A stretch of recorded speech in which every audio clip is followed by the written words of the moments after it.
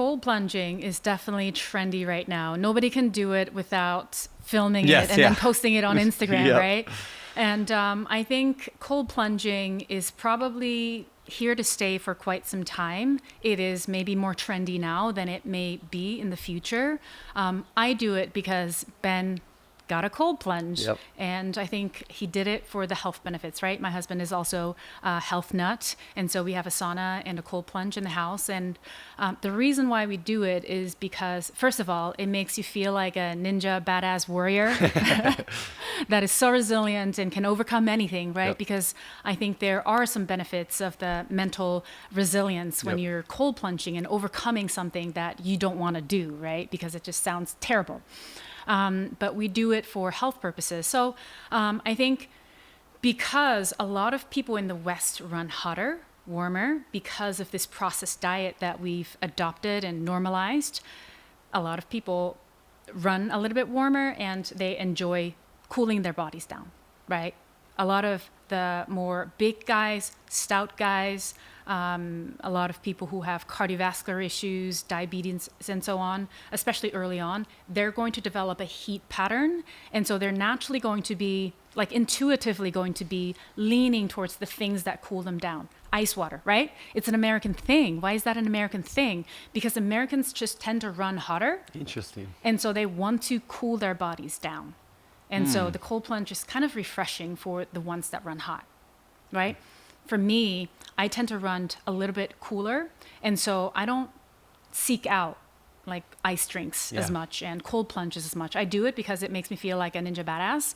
But other than that, I generally don't, lean towards that naturally. I also have had some people who've had their cycle impacted, their period, right? Because the cold is not necessarily good for certain functions. Basically, what is going to happen to the cardiovascular system or to a piping system if you constrict it too much? You have a heart attack? No. Does it move faster when you restrict it? Or? Circulation just doesn't move as good, right? If you constrict, if you constrict the circumference or the diameter of the pipe, there's less circulation. And so that can be a problem for certain people. But generally for, the general population that tends to run a little bit hotter, cooling down could be a good thing for their symptoms. Okay, that makes sense. What about if somebody would come to you and say, hey, I want to improve my health. I feel like garbage a lot of times. Maybe I'm tired a lot. I've been eating good. I've been eating unprocessed food for the most part. What else, what would you advise somebody? What path do you take them down? What tests do you run? How do you know what to prescribe them is maybe the wrong word, but how do you know how to instruct them? So I'm in the process of writing a book.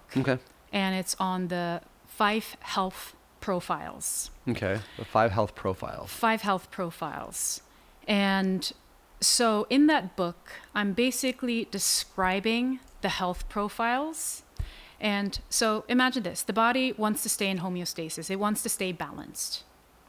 And so a health profile is basically a collection of signs and symptoms that the body will exhibit that will point towards what's out of balance in the body and will pinpoint the strategies that I can then apply in order to balance the body. Right?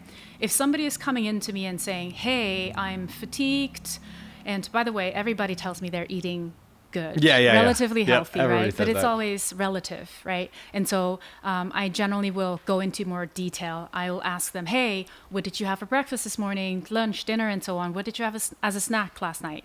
And so I'll basically can kind of get a pattern of their nutrition and their general lifestyle. And then I'll also ask them questions about their symptoms.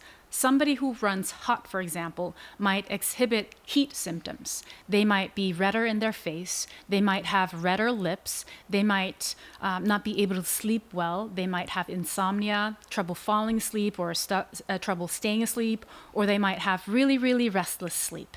And so that is a cluster of heat-related symptoms. And in order for them to have more energy, sleep better, we actually need to address the heat symptoms.